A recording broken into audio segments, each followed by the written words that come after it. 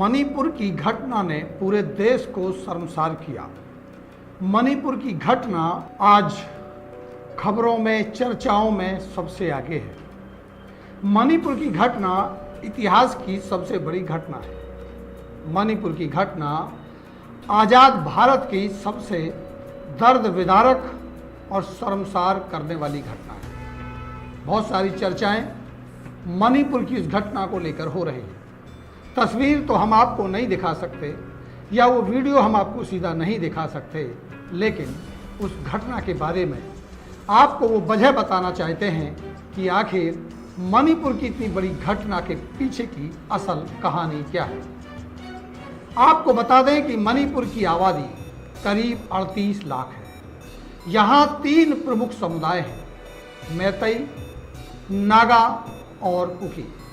मैतई ज़्यादातर हिंदू हैं, नागा कुकी ईसाई धर्म को मानते हैं और एसटी वर्ग में आते हैं। मैतई आबादी करीब 50% है। राज्य के करीब 10% इलाके में फैली हुई इम्फाल घाटी मैतई समुदाय बहुल्य रूप में वहाँ रहती है। नागा और कुकी की आबादी करीब 34% है। ये लोग राज्य के करीब 90% इलाके में रहते हैं। समझ लें, 34% की आबादी 90% इलाके पर रहती है। मैतई समुदाय की मांग है कि उन्हें भी जनजाति का दर्जा दिया जाए। समुदाय ने इनके लिए मणिपुर हाई कोर्ट में याचिका भी लगाई। समुदाय की दलील थी कि 1949 में मणिपुर का भारत में विलय हुआ, उससे पहले उन्हें जनजाति का ही दर्जा मिला हुआ था। इसके बाद हाई कोर्ट ने राज्य सरकार से सिफारिश की कि मैतई को अनुसूचित जनजाति यानी एसटी में शामिल किया जाना चाहिए। मैतई जनजाति वाले मानते हैं कि सालों पहले उनके राजाओं ने म्यांमार से कुकी को युद्ध लड़ने के लिए बुलाया था। उसके बाद ये स्थायी निवासी हो गए। इन लोगों ने रोजगार के लिए जंगल काटे, अफीम की खेती करने लगे। इससे मणिपुर ड्रग तस्करी का ट्रायंगल बन गया। ये सब खुलेआम हो रहा है। इन्होंने नागा लोगों से लड़ने के लिए आर्म्स ग्रुप भी बनाया। नागा कुकी इसलिए विरोध करते हैं क्योंकि दोनों जनजाति मैतई समुदाय को आरक्षण देने के विरोध में है। इनका कहना है कि राज्य की 60 में से 40 विधानसभा सीटें पहले से मैतई बहुल इम्फाल घाटी में है और यही सबसे बड़ा कारण है जो ये कहा जा रहा है कि प्रधानमंत्री नरेंद्र मोदी मणिपुर के मामले में कोई भी संज्ञान नहीं लेते, क्योंकि मैतई ग्रुप वहाँ बहुल्य है और सीटों के मामले में, सरकार के मामले में उनकी संख्या भी बहुत है। ऐसे में एसटी वर्ग में मैतई को आरक्षण मिलने से उनके अधिकारों का बंटवारा हो जाएगा। इसलिए 2 गुटों में आपसी मतभेद है। मणिपुर के 60 विधायकों में से 40 विधायक मैतई और 20 विधायक नागा कुकी जनजाति से। अब तक 12 सीएम में से केवल 2 ही नागा कुकी समुदाय से रहे हैं। बाकी 10 सीएम मैतई समुदाय से ही बने। मणिपुर में हुई घटना इस बात के लिए प्रमुख रूप से दोषी है कि 2 गुटों के अंदर जो अपने हकों की लड़ाई लड़ी जा रही है, उसको लेकर के कहीं ना कहीं लड़ाई का एक कारण बनता है। और मणिपुर की घटना में फौजी की पत्नी के साथ जो हुआ, ये न कि शर्मसार करने वाला है, बल्कि देश की रक्षा में अपनी जान को न्यौछावर करने वाले फौजियों का भी अपमान है। फौजी ने कहा कि कारगिल युद्ध में देश को दुश्मनों से मैंने बचाया, लेकिन अपने ही देश में मैं अपनी पत्नी की इज्जत नहीं बचा पाया। मणिपुर में जिन 2 महिलाओं को निर्वस्त्र कर घुमाया गया था, उनमें से एक के पति आर्मी में सूबेदार थे। उन्होंने कहा मैंने कारगिल युद्ध में देश को दुश्मनों से बचाया, लेकिन दंगाइयों से अपनी पत्नी की इज्जत नहीं बचा सका। पीड़िता के पति असम राइफल में थे। उन्होंने बताया, 1000 लोगों की भीड़ ने गांव पर हमला किया था। मैं भीड़ से अपनी पत्नी और गांव वालों को नहीं बचा पाया। पुलिस वालों ने भी हमें सुरक्षा नहीं दी। भीड़ 3 घंटे तक दरिंदगी करती रही। मेरी पत्नी ने किसी तरह एक गांव में पनाह ली। वह कई दिनों तक सदमे में रही। घटना के 2.5 महीने बाद भी उसकी आंखों में गुस्सा और बेबसी है, और ये बेबसी हो भी क्यों नहीं।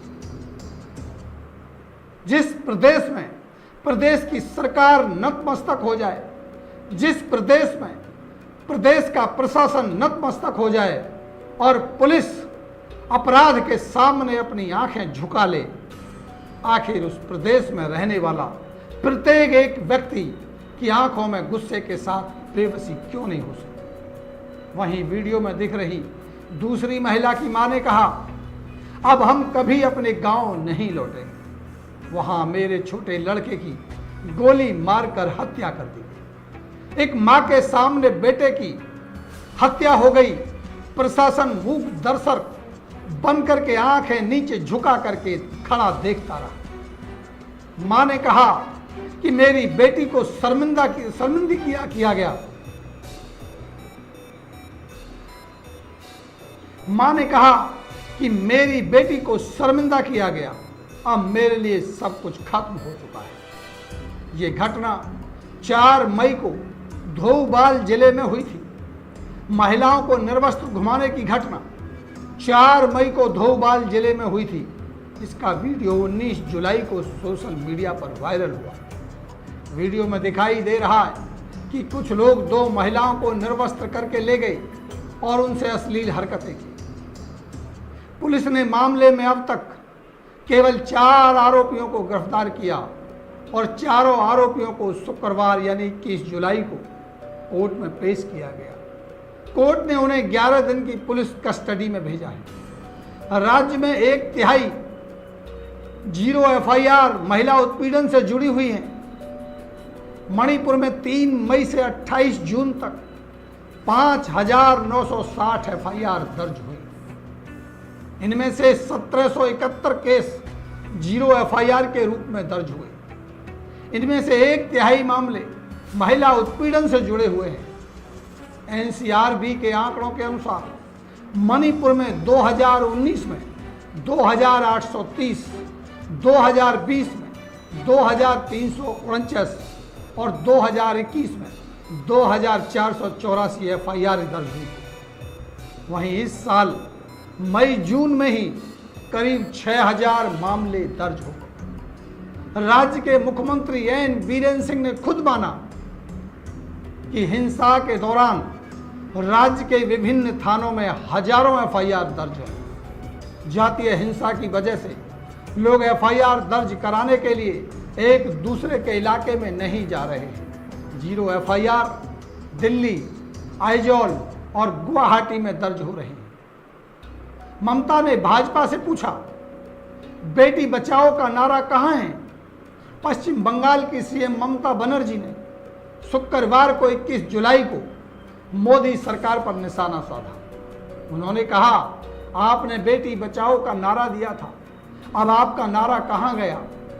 आज मणिपुर जल रहा है, पूरा देश जल रहा है, धधक रहा है। आप पश्चिम बंगाल पर उंगली उठाते हैं, लेकिन क्या आपको बहनों और माओं के लिए प्यार नहीं है? कब तक बेटियां जलाई जाएंगी? संसद में दूसरे दिन भी हंगामा रहा। मणिपुर हिंसा को लेकर संसद सत्र के दूसरे दिन भी शुक्रवार यानी 21 जुलाई को दूसरे दिन भी विपक्षी दलों ने हंगामा किया। इसके चलते सदन की कार्रवाई बाधित हुई। दोनों सदनों को 24 जुलाई तक स्थगित कर दिया गया। लोकसभा में रक्षा मंत्री राजनाथ सिंह ने कहा कि सरकार चर्चा करने को तैयार है। कांग्रेस सहित विपक्षी पार्टियों ने दोनों सदनों में चर्चा का नोटिस दिया था। सरकार भले ही चर्चा करे या विपक्ष आरोप लगाता रहे, देश में हल्ला होता रहे या मणिपुर जलता रहे, फर्क इस बात से नहीं पड़ता, फर्क इस बात से पड़ता है क्या सरकार और सिस्टम को अपने काम करने के तरीकों को बदलना होगा। क्या उन लोगों को न्याय मिलेगा जो इस उत्पीड़न और इस आपदाओं के शिकार होते हैं। सवाल सबसे बड़ा ये है, क्या ये पक्ष और विपक्ष की राजनीति से इस देश को मुक्ति मिलेगी। सवाल सबसे बड़ा ये है कि कुकी समुदाय और मैती समुदाय का जो झगड़ा है मणिपुर के अंदर, क्या ये राजनीति से ऊपर उठेगा। भारतीय जनता पार्टी की सरकार मणिपुर में है और केंद्र में भारतीय जनता पार्टी की सरकार है जिसके प्रधानमंत्री माननीय नरेंद्र मोदी है।